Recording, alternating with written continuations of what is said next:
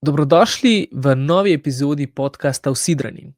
Danes sem se pogovarjal z enim Kanadčanom, in sicer Christopherjem Lyonom, ki sicer trenutno dela v Združenem kraljestvu, ampak z njim sem se pogovarjal zaradi tega, ker je leta 2021 doživel tragedijo tega, da so evtanazirali njegovega očeta.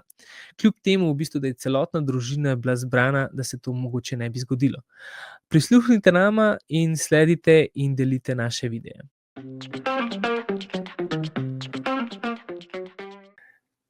Hello, Christopher. With me is Christopher Lyon.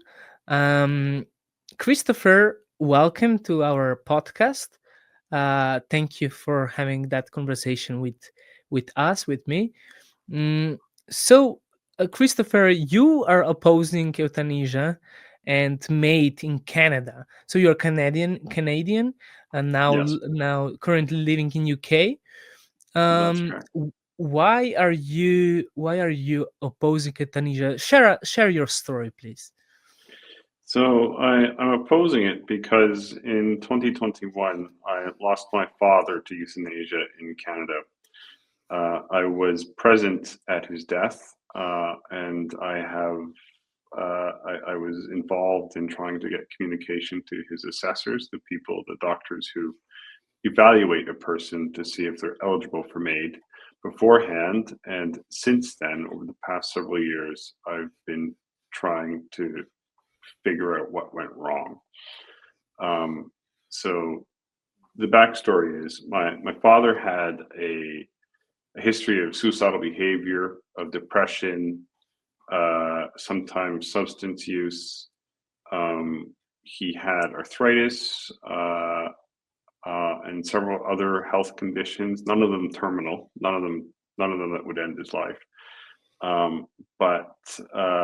And he had mental health problems. So, and he was living on a sailboat, which was his home. It didn't sail, and it was very poorly maintained accommodation. And he had a fall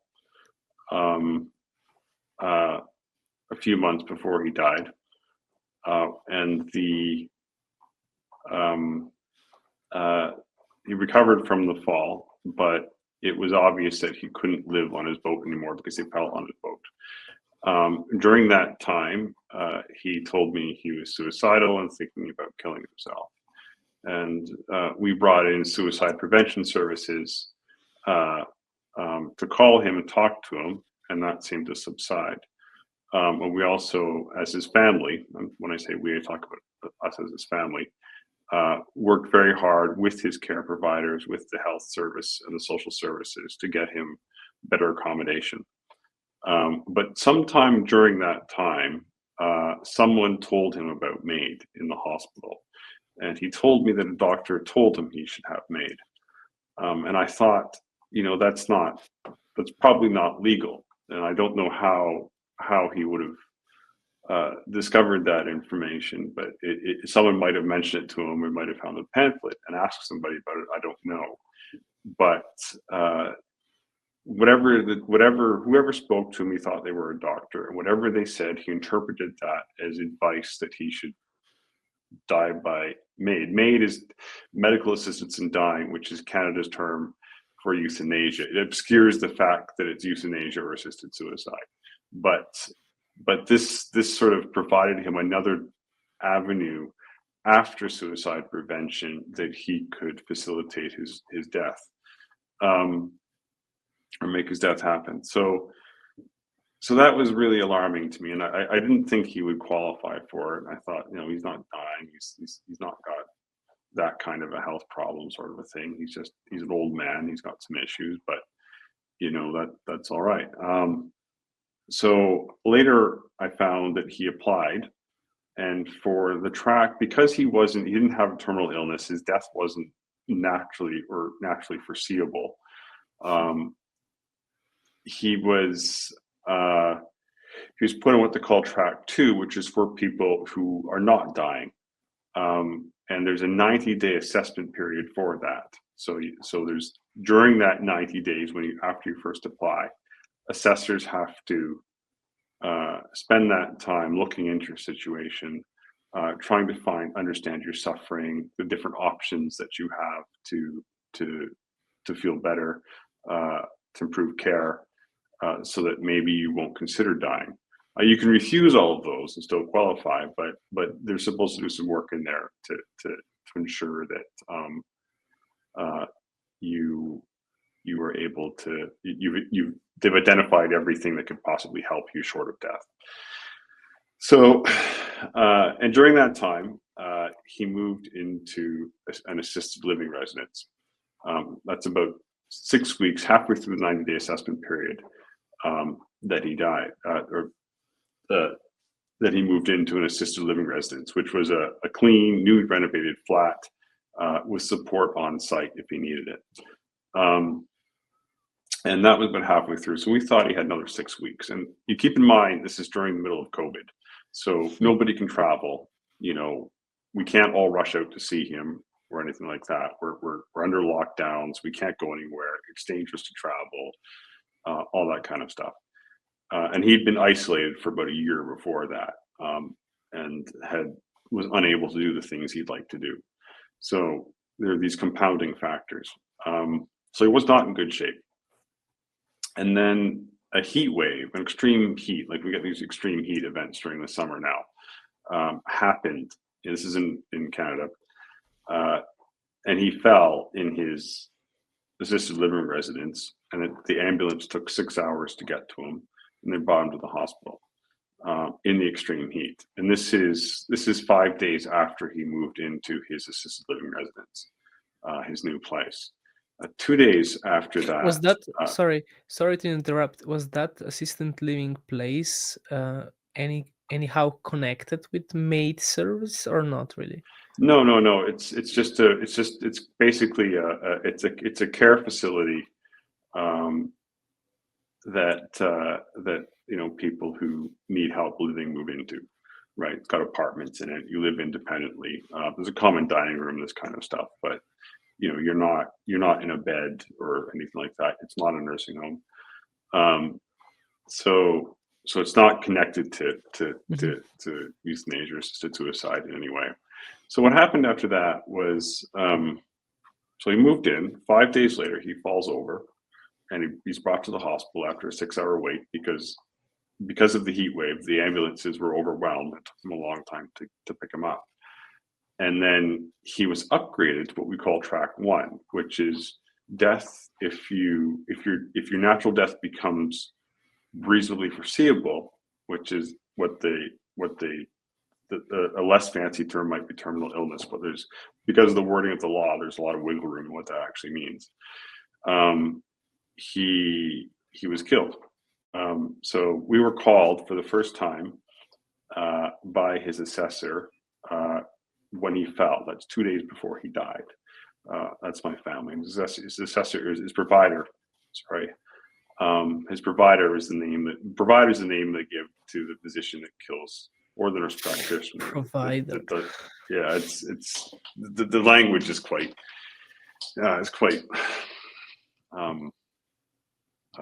euphemistic. But before that, when he first applied, sorry, go ahead. Yeah. I just wanted to say, during the track 2 period, have you ever been consulted, or is there any obligatory, process that family members are consulted? No, there's no obligation to consult family members. So there's two dimensions of that. So in one instance, the patient themselves can refuse access to family members. They can tell their doctors, don't contact family members about this. In the second instance, the doctor themselves or the provider themselves doesn't have to contact family members either. They can decide not to. The patient might instruct them to do so, but it's a bit blurry about whether they will. And because the conversations between the doctor and the patient are secret, we can't know how that conversation might have played out between them. What we are aware of is that some providers have said things like they think families get in the way, they're hostile to them, this kind of stuff, right? So we end up on the outside. Not all, but the other thing that happens too is not all providers are the same. Some of them will reach out to families, some of them will try to do things like that, but other ones take a very narrow view of autonomy and decide that it's only the patient that matters and they don't really have to pay attention to anything else. But that didn't stop us from trying to contact them. So that's the side of it. So I after I consulted with a psychiatrist, with specialist who knew a lot about MAID, they told me that I could put together a list of all the issues that he had: his suicidality, his personality issues, his history, all the things that would be relevant to an assessment, and get them and try to contact his assessors. And we tried to do that. So about a week after he first applied, so this is about 5 weeks before he died, we sent my family and I put together a whole package of information, and we sent it to the MAID coordinator. And the MAID coordinator is a person who supervises all the people who practice euthanasia or assisted suicide in the area. And so when someone applies to die, they designate assessors and arrange all that stuff, right? So they do all the scheduling basically. And they said that they would pass on the materials to his assessors. But when his doctor first called us, I asked her about it, and if she got all this material that we'd sent, and it didn't seem like she had. So I had a few minutes on the phone to run through basically 2 pages of history of his life, but then ultimately that didn't seem to matter. I don't think it was really factored. I managed to get a last minute psychiatric evaluation, but they simply told me that that's just there to provide cover for the provider. And I got a copy of that. I eventually got a copy of that evaluation, and it contradicts information within it. It denies that he had this suicidal history, which we'd already informed him about. It says he was a non-smoker and he was a smoker. There's a whole lot of stuff in it that was just simply wrong. It said he wasn't on psychotropic medication, yet it listed psychotropic medication underneath it. So there's a lot of information that, as far as we can understand, was simply wrong on that should have been in his medical records, and that suggested to us that maybe that they didn't even bother accessing those records. One of the things you have to keep in mind is that there's a really, really strong notion of autonomy that permeates the conversation about that. You can't tell me what to do. I'm in charge of how I live and die.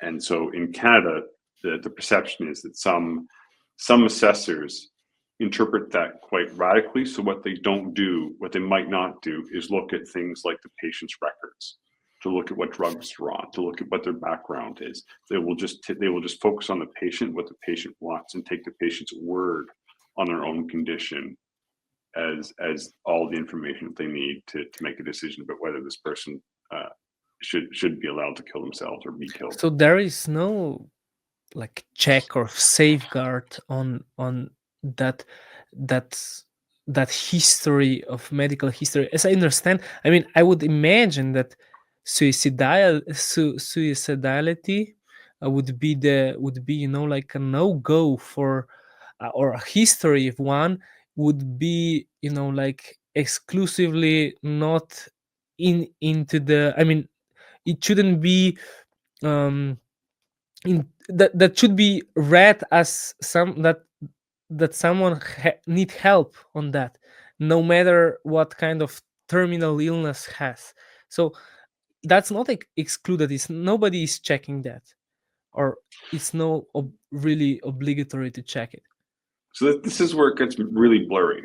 So if you're very pro assisted suicide, you might think that assisted suicide is something that's not suicide. This is why they come up with names like assisted dying for it, right?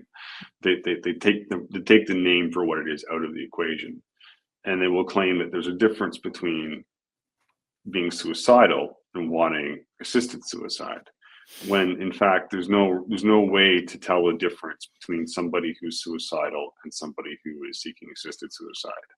it's the same thing, It's and in terms. it's So yeah, exactly. Somebody's in a great deal of distress in theory, and they want to die or they want to kill themselves. And at that basic level, it's suicide. There's no other term for it in English.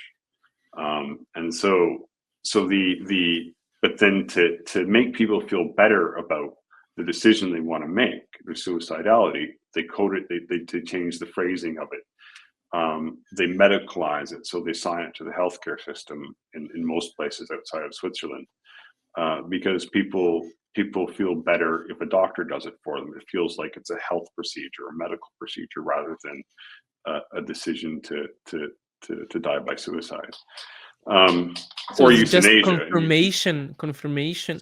I mean, when I think about euthanasia, and it's just or assisted suicide, I believe it's just confirmation of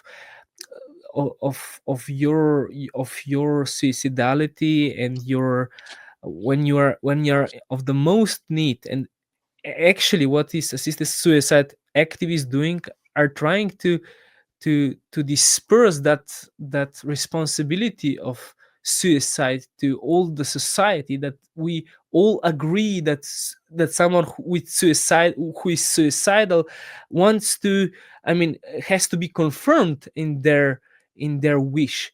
So I can imagine that living in that kind of society is not really, like, encouraging for someone who has a history of suicidality.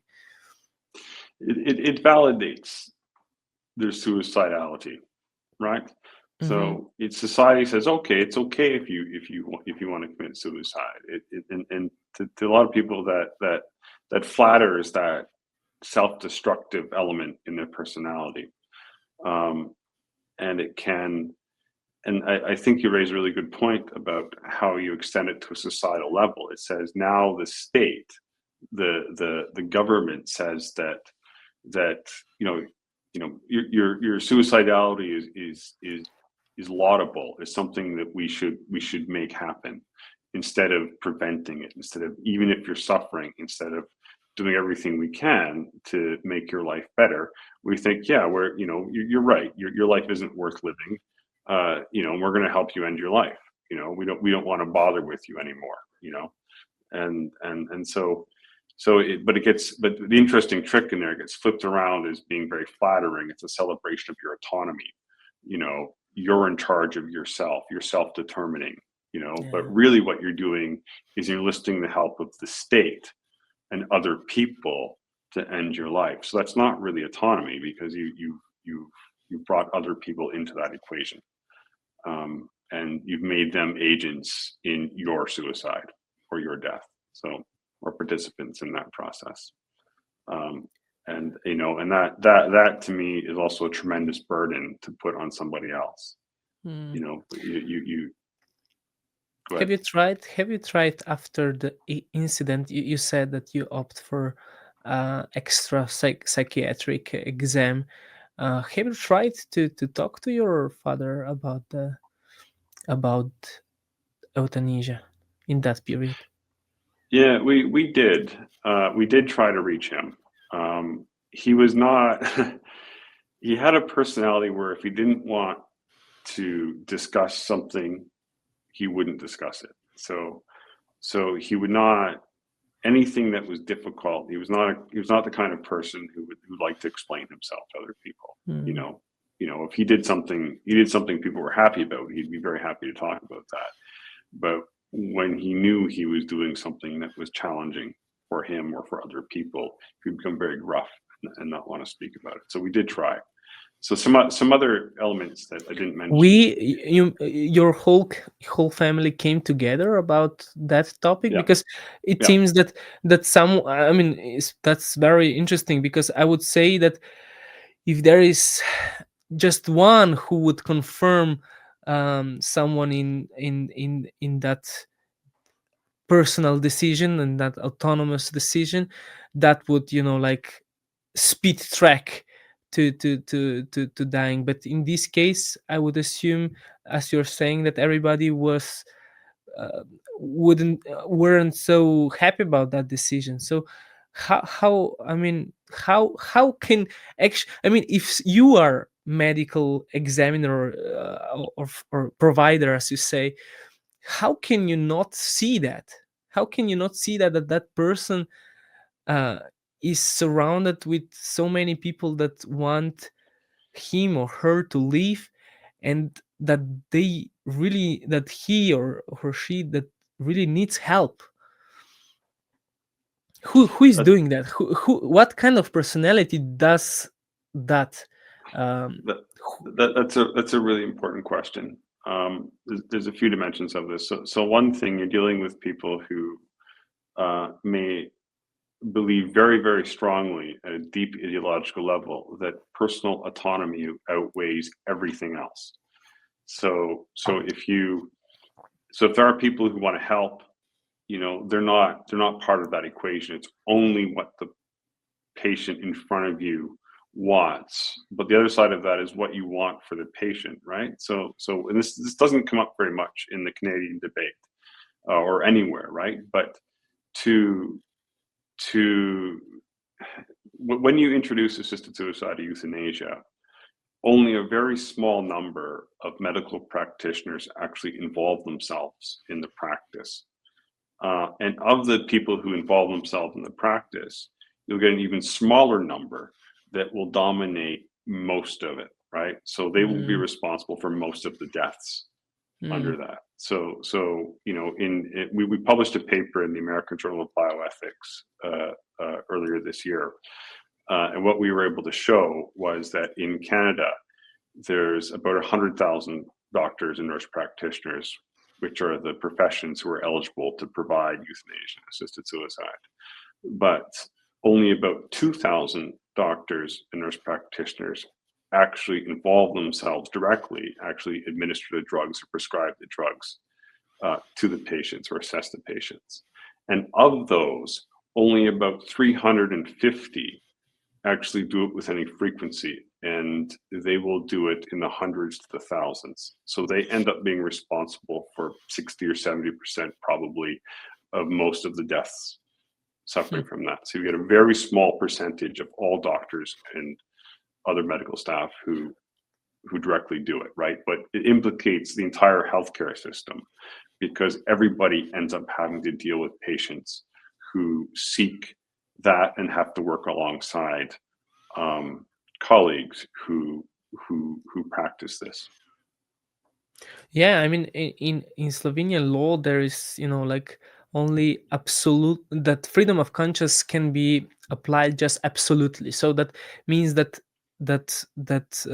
if you don't want to be a part of it, you are just left. You are left, and you don't need to do anything about it. Okay, it seems like a good thing for doctors that would oppose euthanasia, but the consequence of that is that everyone in that system is completely ideologically in for autonomy that dominates the conversation. So we have in the law that also the patient it's the sole that the doctor can talk just to the patient, to the relatives that of patient's choice. So it's not, nothing obligatory to make a conversation, but just with those who are directly delegated by the patient.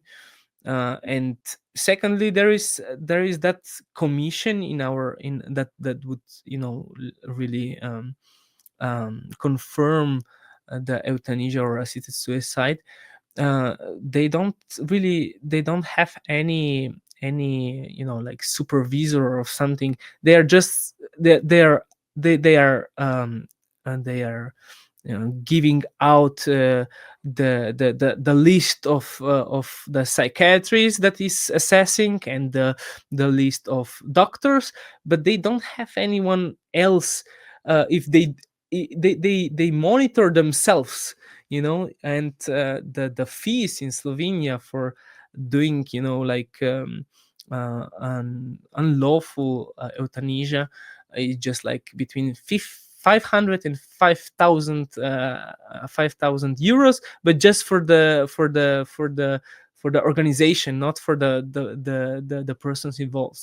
So my question, I guess, is now, you were saying about that only a few people actually perform euthanasia. I heard that one of the, I don't know what was her name, but she was saying that 1,000, that's the best thing that she has ever done in her life, that it's revealing people of suffering. And I guess here is the question about suffering.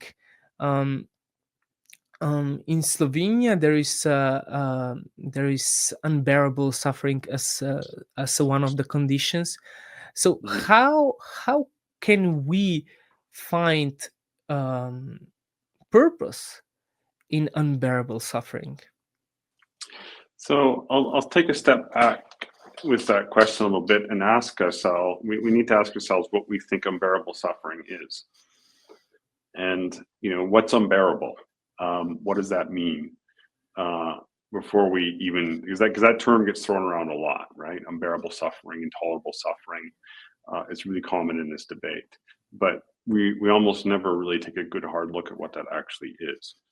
And so if someone, literally speaking, if someone is complaining that they can't bear something and something is intolerable, yet they still continue on with their life, they're empirically tolerating their suffering, right? Even though their life might be miserable and they're very unhappy about it, they're still living with it, right?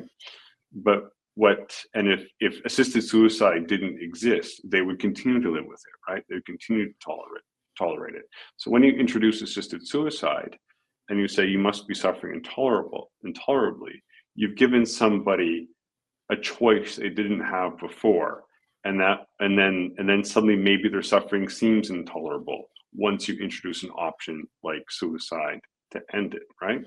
Maybe they were suicidal beforehand, maybe they weren't. But if you call it assisted dying, you don't think about it as assisted suicide.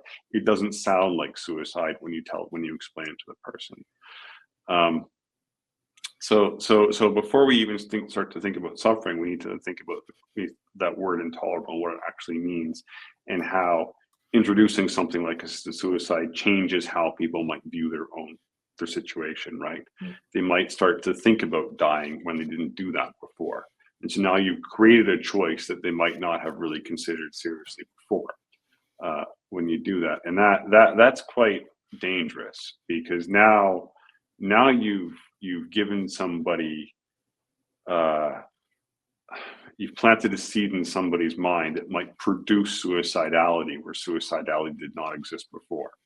And I think we need to be very, very careful with that. I think it's extremely irresponsible to start doing that with people who may have otherwise learned to live with whatever condition that they were experiencing at that point.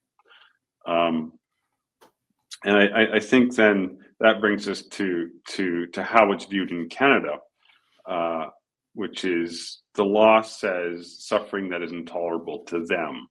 The words "to them" are in there, and It's that's the same in broadly, Slovenian law.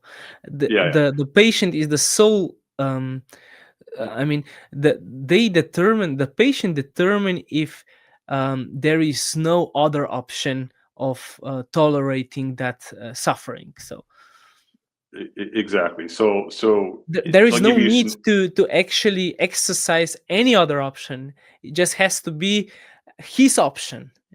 his option. But what does that look like in practice, right? So if it allows doctors to suspend clinical judgment.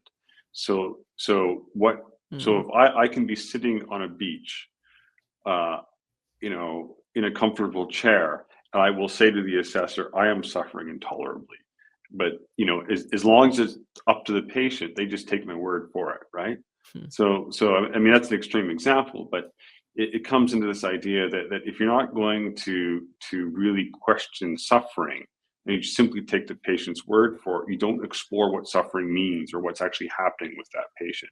You don't know if someone says this is unbearable, I can't take this anymore, is just hyperbole, or whether it's something that they're really struggling with something, right?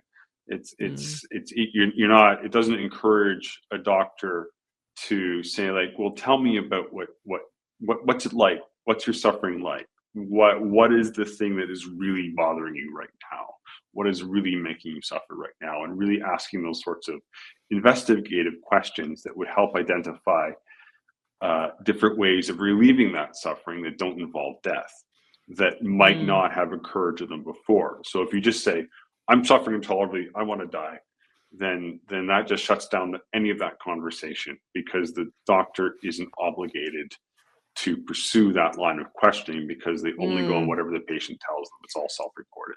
And the So knowledge is going away, I think. That, I mean, i- if the doctor has no, like, obligation to go on with finding some new solution, then nobody is actually, I mean, there is no experience of the same problem, because they already solved it.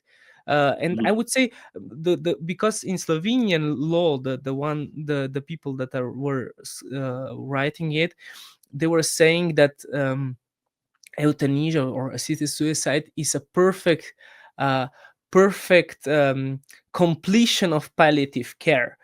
And my question is in Canada, how is the palliative care has become even better with that option of no, euthanasia? no, and this is a common myth. There's been quite a few studies around this, and there's one I saw recently too, which showed that without euthanasia or assisted suicide, the availability or the quality of palliative care improved quite a bit. But with the introduction of assisted suicide and euthanasia, there was less improvement in palliative care. And what often happens in jurisdictions where assisted suicide and euthanasia uh, are legal is that they sometimes get lumped into the palliative care. And then what ends up, because the resources or the budgets don't change, it takes away resources from providing palliative care. Hmm. So because what when you introduce assisted suicide and euthanasia, And it's some cheaper, isn't it? studies well, yes and no, because there's some studies that show there are certain cost savings that come with it, but there would be other studies that show how costs are imposed on other services to deliver it. So Mm. where how you calculate the math on that is not always clear. But in some respects, governments will see an aging population who are the people most likely to die by assisted suicide, and think, if we clear them off the books faster, it'll save us more money over time. Which may be true, but it also high, depending on what the math looks like. So, Mm. which is an appalling reason to encourage people to end their lives. Um, and I think there's something else I want to say on suffering too, because when you end a life, you don't just end somebody's suffering, you also end their capacity to experience joy and pleasure and love and all the things we like about life, right? Mm. It's like, it's because you cut your finger, it's like cutting your arm off, because you've got a sore finger. You're eliminating not only the finger, but you're eliminating the arm too, right? So Hmm. it's I mean, to use the, no pun intended, but it's overkill, right? A lot of Mm. ways there are ways we can address suffering. Harvey Chachanov's dignity therapy, I was reading about that just a little bit before our call. Um, there's some evidence there that shows that's extremely good at helping people navigate suffering and if they experience coming near the end of their life. Um, but that takes more time, more care, and a certain, I think, kind of clinician that is willing to put the effort into care for these patients. Mm. Whereas assisted suicide, there's a list of eligibility criteria, and you tick them off, and once that's all ticked off, then it's sorted out. So it's a more it's a simpler kind of way of solving the problem of suffering, if you will, Mm. because it eliminates the capacity to experience anything, including suffering. So, in Slovenia, supporters of assisted suicide bill say that assisted suicide is opposed just by Christians. It was even said on the television that we are a Catholic army. As I understand, you're not a Christian, aren't you? well, that's not. I grew up in a Christian household, but I don't consider myself anything now. And what would you respond? Why do you think that that's that we have to be Christians, that we are opposing murder? Yeah, I find that I agree with you on that. I find it a really strange argument. Most of us, oppose suicide. Want to help people who are suffering. That's how society works. People. It's not. If you need a religion to tell you to be a good person, you're probably not. You're probably not a good person. So the idea that and there's also nothing wrong with being a Catholic or a Christian or any denomination. And this is the other thing. It's a slur against people who have faith, and in an equal society, that's wrong.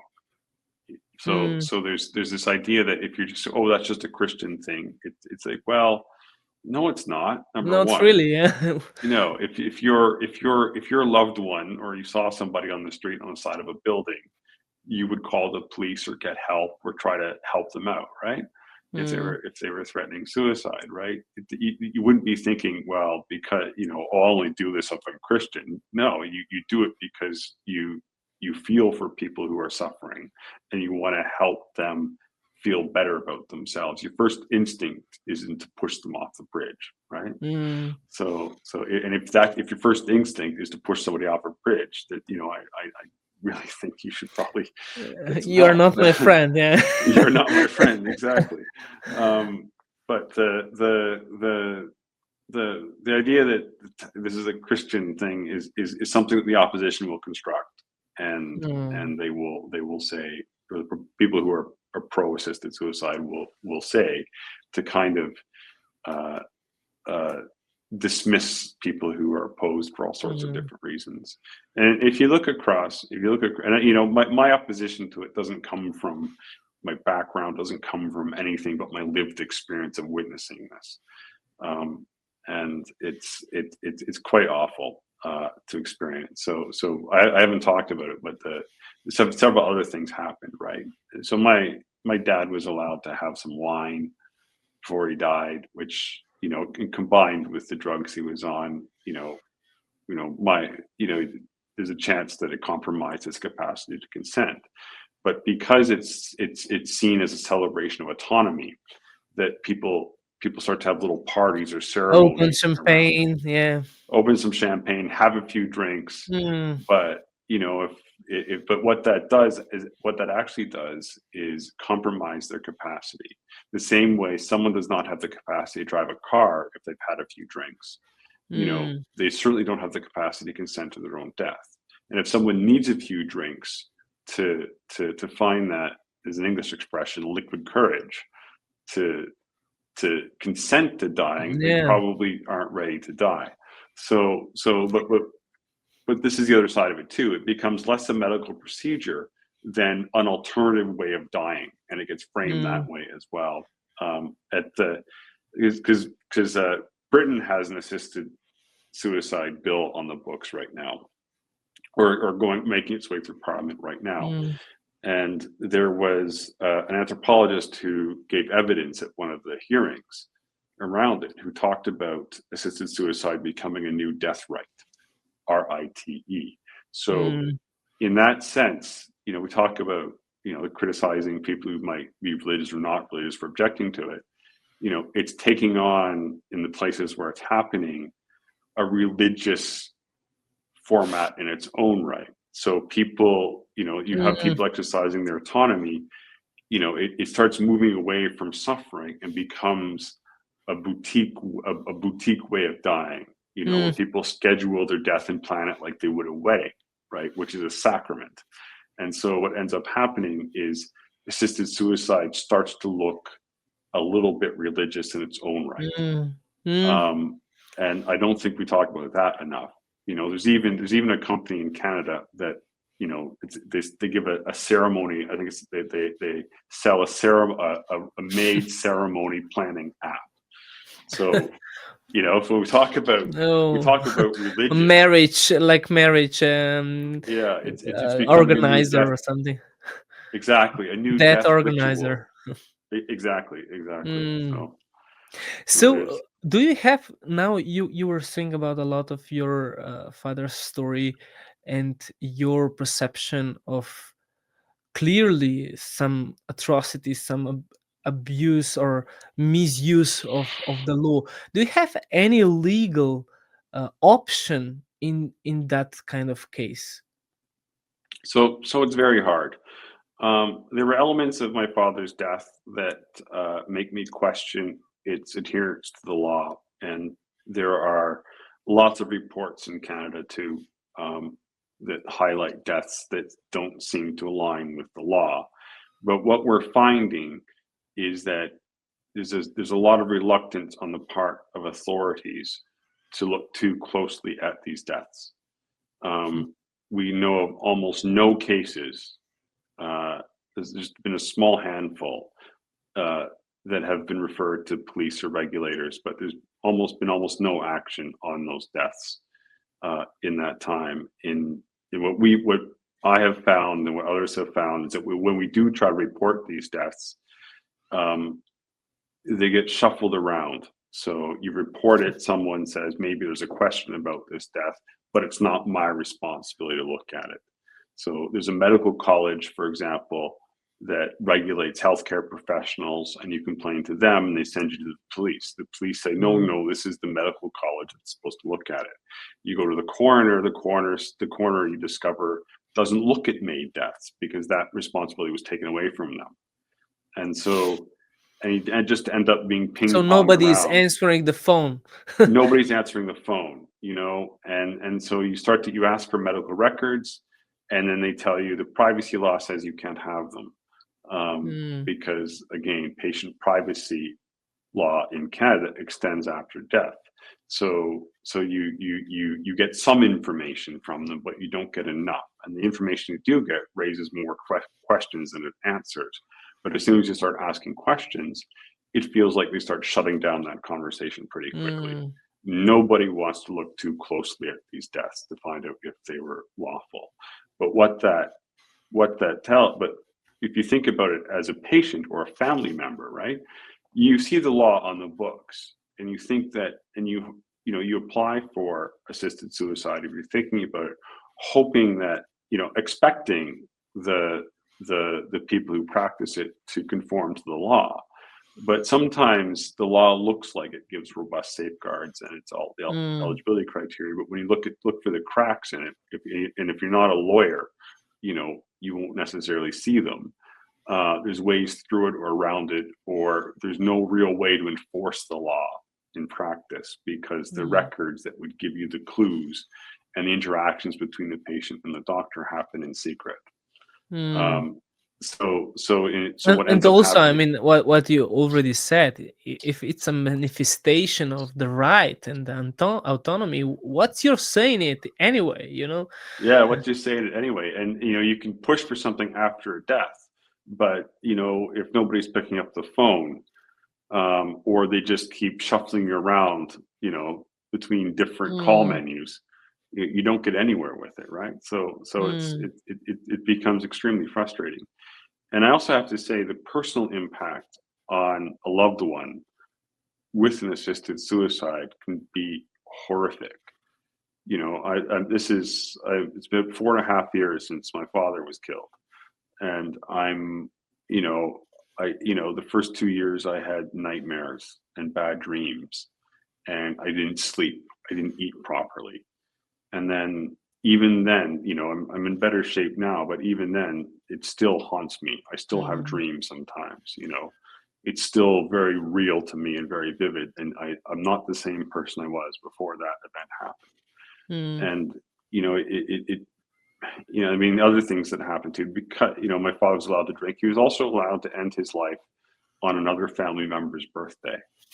So because families are excluded and it's all about the patient's autonomy, patients will use their deaths in all sorts of ways, right? They will get an approval, but they won't use the approval. They can use it to blackmail family members or loved ones.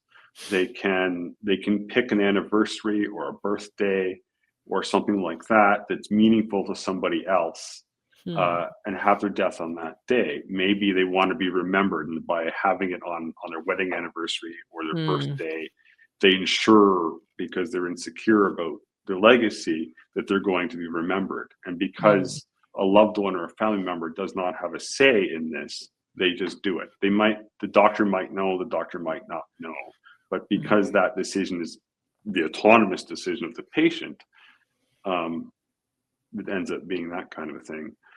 And so I mean, I know of a case where somebody scheduled it on a day that was meaningful to an ex-partner, and so, and with the blessing of the state. With the blessing of the state, or at least with the blind eye of the state, right? Not my business, that's your life, but we'll help you die. So the number of different ways that people can use or be motivated for an assisted suicide, maybe suffering is part of that picture, but that picture is almost always far more complex than just some simple equation about whether they're suffering or what intolerability is and that kind of stuff. So, do you think Canada will ever stop? Well, I don't know. I'm more hopeful now than I was, and I think what is happening right now is there is a zeitgeist in the world for this. There's jurisdictions all over the world that are liberal countries that are legalizing this, right? Some of them have had it for a long time, and some of them are new at it. The movement behind it is really excited about this because they've been working away in the shadows for years. It's the global right to die movement, and they have organizations. And if you've seen the sarcopod, that comes out of that social movement. But what we're starting to see in places that have taken very liberal approaches, like Canada, is the problems are starting to show. Ontario. It's a bad ad. Huh? Yeah, exactly. So the Ontario Chief Coroner's has a May death review committee. There's not many oversight committees in Canada. They've avoided those. But they've been producing, I think, 7 reports now that highlight really dubious cases. Cases where someone was probably not eligible for MAID, but they or for euthanasia, but they got it anyway. Cases where there were very, very questionable practices on the part of the clinicians, things like that. So and there's some pushback on that happening now. It's not. I don't think it's as popular as it was. What I expect will happen in the next few years is that we'll see some countries start to claw back their legislation. Maybe they won't get rid of it entirely, but they might put more restrictions on it. And then you're going to see countries that are newly adopting it start to play catch up to that as well as these cases come out, because the numbers of people who die and the problems that happen with it start to build under the surface. There's also the question of errors. There's a lot of things to talk about here, but another thing I wanted to mention too. So if assisted suicide is for a diagnosis, right, and suffering, misdiagnosis in medicine happen frequently. There are people who might have been told they have some terminal illness, but another test reveals that it really wasn't that. It was something else that's completely treatable. But if a person elects for assisted suicide before they have the opportunity to discover the mistake, what of that? That's a mistake, right? And I think to myself, if people are asking themselves questions about this, like, well, I support this, but they should ask themselves whether they want to be that mistake. if they ever want this, or whether they'd be comfortable with one of their loved ones being the mistake. Yeah, It nobody wants changes the that. math on that. Mm, It's like, sure, there'll the be errors, but perception, it'll yeah, only be it's a not. few. But maybe you're that error. Maybe your mother or father or Mm, sister or brother or partner is that error. but definitely, I would say that the only prevention of that slippery slope is just not to legalize it. Yeah, So that's the we safest are, way. yeah, we are having in few weeks our referendum. What would you say to Slovenian voters? Don't go down this pathway. You know, you don't know where it's going to take you. It'll change the relationship between you and your doctor. You'll start to question whether your doctor wants to kill people. Mm, You'll change the way you interact with the healthcare system. It'll lead to a net increase in the suicide rate. It will lead to lasting trauma for loved ones and family members. mm. It will it'll hurt lots of people. So that's all. I think that we did well. I think that you persuade Slovenians to not go down that path. So thank you very much, Christopher, for our conversation, Thank you and for having me. I hope that we will celebrate our our change of paths, of that we can be, like a light, a light in the darkness, that we can reject something that was in most countries, I mean, it wasn't on people's choice, actually. And I think that we have in Slovenia a great opportunity to reject that kind of path. So thank you very much, and thank you for listening to our podcast. Thank you. Have a good evening.